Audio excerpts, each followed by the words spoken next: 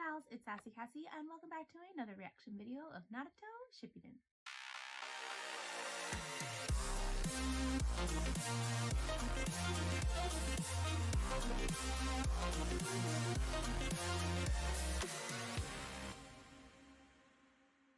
As always, I'd like to thank all of my subscribers and anyone watching this video.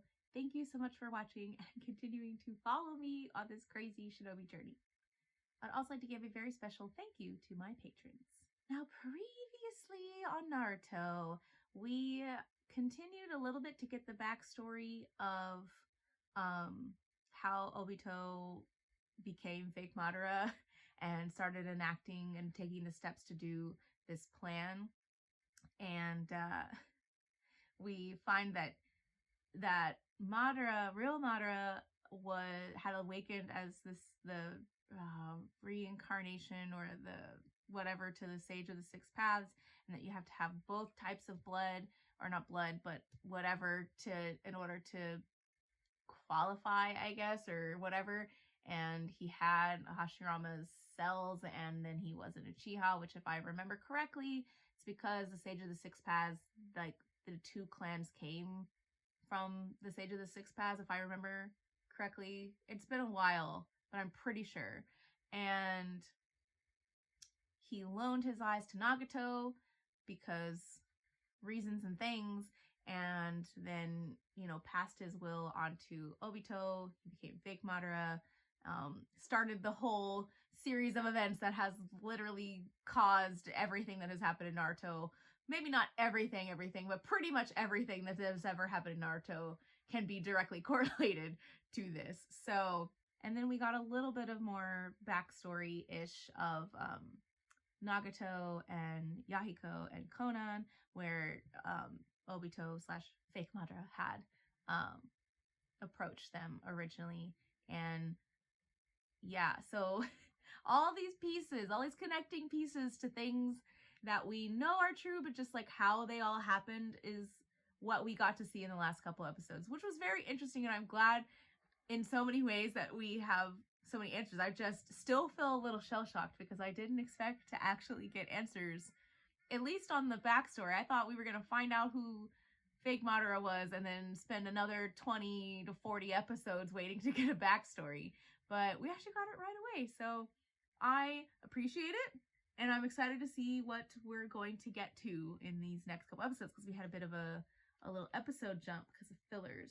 So without further ado, let's get into it.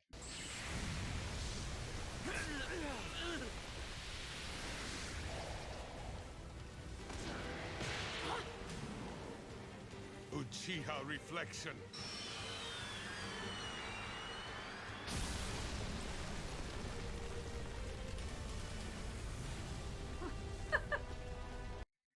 Not me getting a chill at the beginning of the episode. Oh. Yeah. I'm concerned. I was going to say I don't have high hopes, but I'm concerned.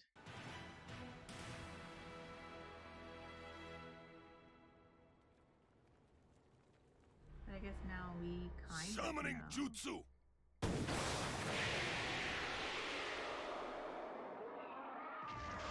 Oh, we're going back to this? Well, I guess because that would just mean... Oh, I wonder what it was like to see his old teacher, though. Because now for sure we know that that is Obito and was not Madara. My Sharingan stare, and no one will dare attack our village. Just Put look in at that his request kind little after you smile. become Hokage and activate your Sharingan. Besides, they can't carve the Sharingan if you're wearing goggles. They can carve them in front of my goggles. But then it'll look like your eyeballs are popping out. So true. They actually showed the visual. Hilarious. Madara really is crazy powerful. And that's exactly what makes him such a worthy opponent.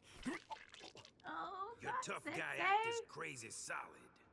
I'm not gonna hold back against the zombie either, since you're dead anyway. He has a good point, but I really feel like he's just so unconcerned, which is always, I say it all the time. If they're unconcerned, that's concerning to me. But why? How about you keep your mouth shut? You're all talk. You're scum.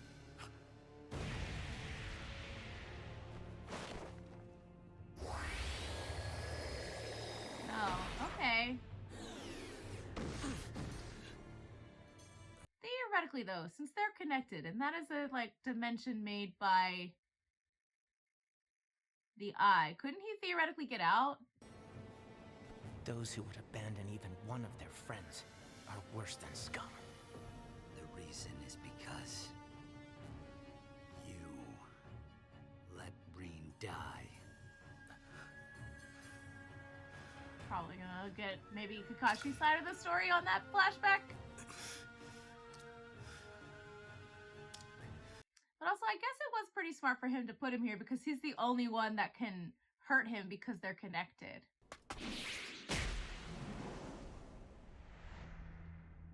I will protect my comrade.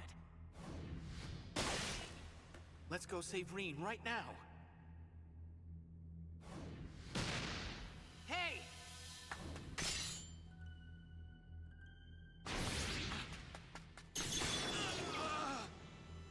I feel like maybe, yeah, he's just in too much shock to do anything. Kakashi, you cannot die.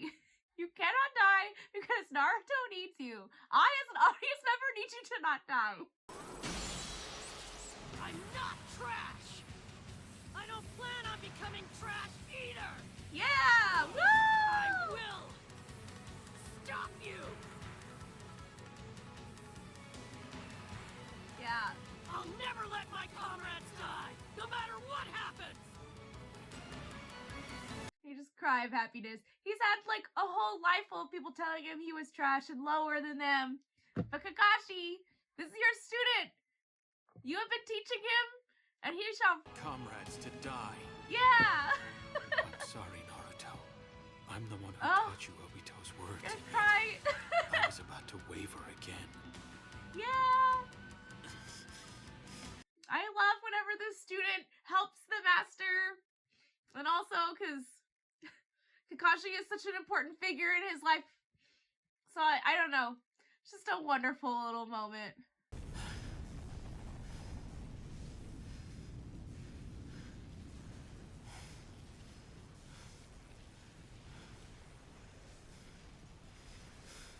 You'll protect the current Naruto.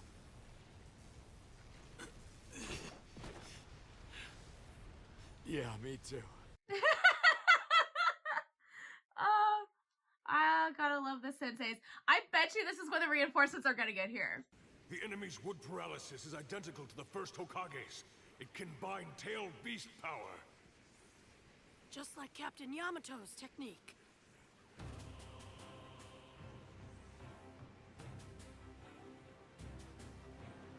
Just the little hand on the shoulder.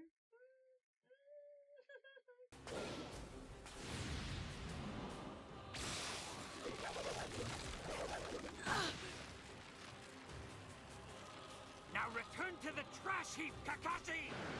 No, Kakashi-sensei is just like me! Headbutt! The ultimate anime attack! All of the pain that's etched into your face. You should save that line for the one right next to you. I gotta do something about Kakashi-sensei, that's for sure. I'm telling you, reinforcements. They were on their way like 20 episodes ago. Switch places with me. Let me handle this. But Don't argue, just switch. Don't argue with me. Hey, Kakashi, you brat. Give me your hand. His voice coming out of Naruto calling him a brat. Hilarious.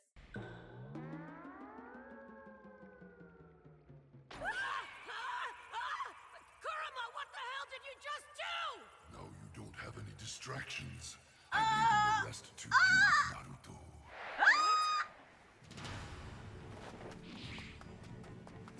I mean, I guess he may not theoretically be able to be hurt in there, but he also can't hurt him without Kakashi. Well, maybe, you know what, there's probably a way. Now that we know how your ability works, I can counter it. Ah. Here's another. Him being in there. Oh yeah, that's some pain etched onto your face. What's going on? He's being fought from the inside. So then... Yup. Whenever he wants to, he can use Kamui to come out. Kakashi-sensei! Thank the Nine Tails for me. Sure. Okay, great. I love when we kick in the music. But also... That's such a cool image, though.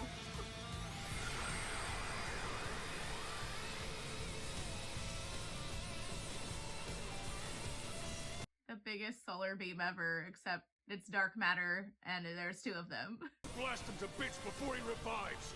Put in all you've got, all right? Is it gonna work, though? Yeah!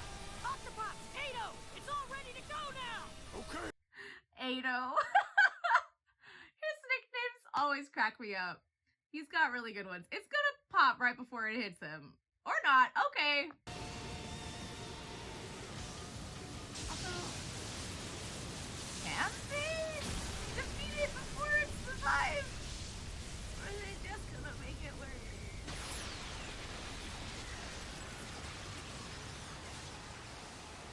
Also, now that I think about it, if they were to defeat the, I guess, Ten Tails, how the revived Ghetto statue, however it works, what happens to all the tailed beasts that are inside it? Do they, like, get released back out?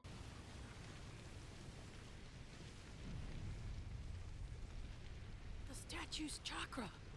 It's gone. Yes! I feel like this is too good to be true. All right! It's over. No, there's no way. We still have like 100 episodes. Very well then. Shall we get started? I knew it. I hate that.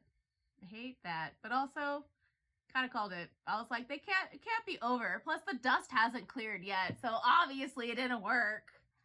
My question here, though, is how are they gonna win? How are they gonna win? They've got a zombie, like the most powerful shinobi that's like ever lived in zombie form, so he can't be killed. Who can also like has like the two most powerful bloodlines, along with the fact that he's like the reincarnation of the Sage of the Six Paths. You have this amalgamation of all the other tailed beasts in one form. And then you've got another guy who can't be hit unless there's like one specific person. Like the odds just seem like they're stacked against them, which they are. It's not even seem. They are stacked against them. But I'm curious how they're gonna win. Also, what are the reinforcements gonna get here? I don't know, but all this crazy. It's a very good episode. I enjoyed the back and forth a little bit, like how much Kakashi was wallowing and how he's like, you were my hero, I looked up to you, which, you know, brought tears to my eyes because, like I've said in previous episodes, like this guy is this person is the person that like changed his entire personality, his childhood life, his entire outlook on life was because of this person. And so for him to not only be alive but be aligned with something so drastically different and be so indifferent from what he like preached before is like really difficult for him, and he was like wallowing as I think is a reasonable response. But I love that Naruto, it again goes with like the teachings of like the lessons that he has passed on. Like he learned that from Obito. No matter how he is right now, he learned to be more caring and to pass along that teaching and that will to Naruto. And now Naruto just putting his hand on his shoulder and like reiterating that lesson, giving that moment, giving him the strength to push forward and be like, I'm sorry I lost my way for a second, I faltered, but you know, not anymore. So it was a beautiful like teacher student moment, and I especially love it because again, there's been not a lot of people that have believed in Naruto, and Kakashi is one of them. And so for Naruto to be able to be there for him is like just a really great round circle moment, and I loved it. I brought tears to my eyes. It was so good. So I'm very excited to see where we're going to go in this next episode, but I'm so worried. I'm excited, but I'm worried, but it's fine. Everything's fine. And I am sweating. But anyways, thank you all so much for watching and continuing to follow me on my Shinobi journey. And until next time, bye!